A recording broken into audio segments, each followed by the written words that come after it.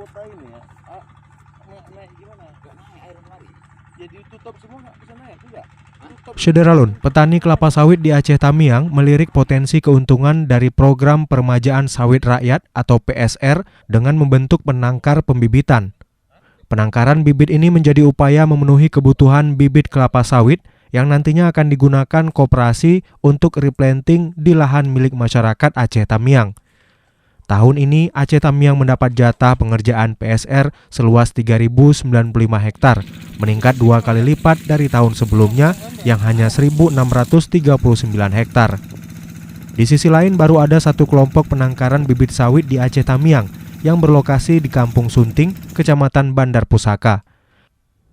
Memanfaatkan dua lokasi lahan masing-masing seluas 5 hektar dan 7,5 hektar, kelompok penangkaran bibit ini sudah menyalurkan sekitar 15.000 bibit kepada dua koperasi pelaksana, dan dalam waktu dekat kembali dilakukan penyaluran 30.000 bibit lainnya.